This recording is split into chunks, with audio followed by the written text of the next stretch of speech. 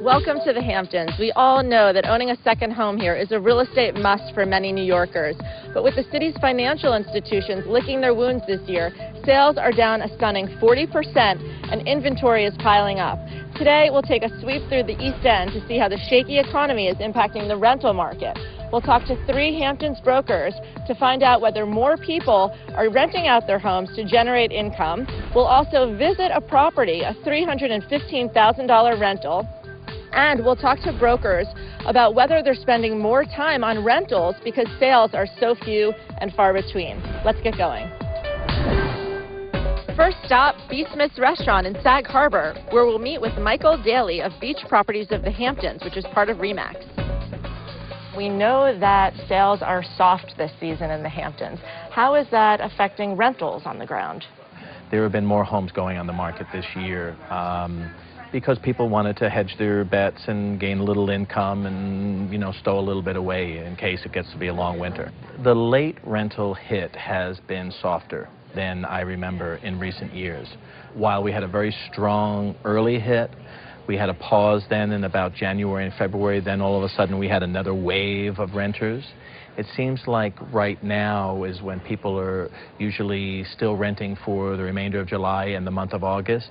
And it seems to be very quiet right now. And there's why a is pause. that? What do you think that's about? I can only guess that it has to do with the insurity economically that people are feeling. And I know a client of mine who has rented out here in the past is now down on Long Beach Island on the Jersey Shore. So has a big downgrade, family. Right? A little bit of a downgrade, yeah. He said, we don't need to be so fancy this year. I also see there's some couples, maybe multiple couples, who are, rather than renting a whole house for themselves for July and August, maybe 2 couples are renting a house and sharing on and off weekends. So tell us what's going on with sales. The reports for the first quarter have said that sales in the Hamptons are down about 40%. Yeah. What are you seeing on the ground?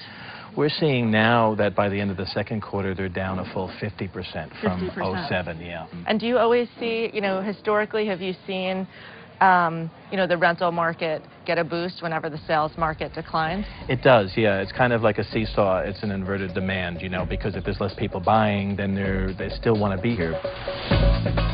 Next, we're off to East Hampton to meet with Corcoran broker Diane Sachi in a rental with a summer asking price of $315,000.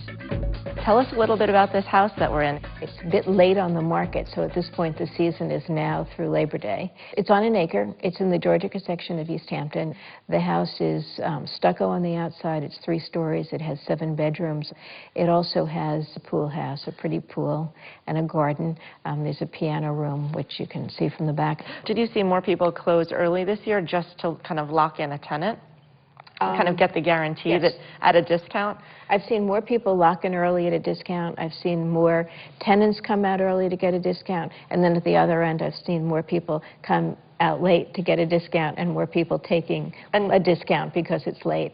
But it must take a lot for people to get to the point, people that don't normally rent, to get to the point where they decide that they want to actually put their house on the market as a rental for the summer. We don't know with all the houses that have come on the market this year for rent whether or not the owners are renting because they have to, because they can't make their mortgage payments, or they just really did decide to go to Europe for the summer. Yeah. We were talking earlier about potential buyers kind of sitting on the sidelines, even though they may have the money in place to actually put down for a house. What's going on there? There's an incredible amount of pent-up demand on the buyer side. People are waiting, and it's very funny. Sellers waited for a long time to get to the top of the market to list, and now buyers are waiting to the bottom of the market before they start buying. So buyers, you think, up until now have just been kind of afraid to make a move because they're afraid that the market is going to continue going down and they're going to, lose out on another 10% discount? I think that's it, but I also think that, in an up market, and we've had one for many years, people were buying with their hearts. They walked into a house, they fell in love, and they almost didn't care what they were paying for it, because by the time they made a deal and it closed, it had increased in value. At this point, people are buying with their heads, and I think when you buy something as emotional as a house with your head, you end up skidding a lot. And I see people they just can't make a decision. They can't get off the dime. Finally, we're headed to see Janet Hummel, a managing partner at Town & Country in Bridgehampton. So we're here to talk about the rental market. Tell us what's going on in light of the softening sales market. What's happening with inventory on the rental side, first off? We had actually a pretty good size inventory this year, which ends up happening when people are not buying. Right now we have a big inventory in rentals. We probably did double of what we did last year. Okay, so Janet, tell us, which parts of the rental market are faring better, which parts are faring worse? Where is there more inventory geographically? Geographically, the inventory is higher north of the highway just because there's more land up there. So there's definitely more inventory north of the highway.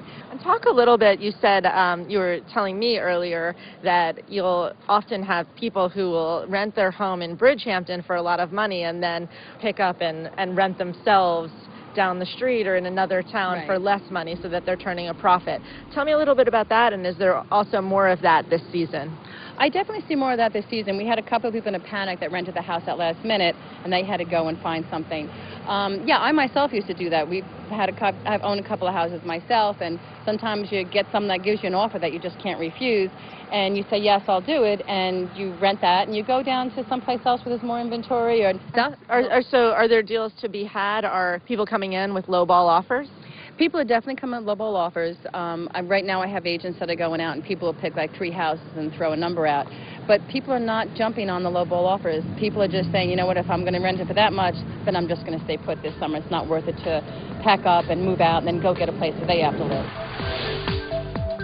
Well, it's clear that the economic uncertainty on Wall Street is not just impacting the Hamptons sales market, it's also impacting the Hamptons rental market. There's more inventory piling up, buyers are looking for deals, and there's more room for negotiation.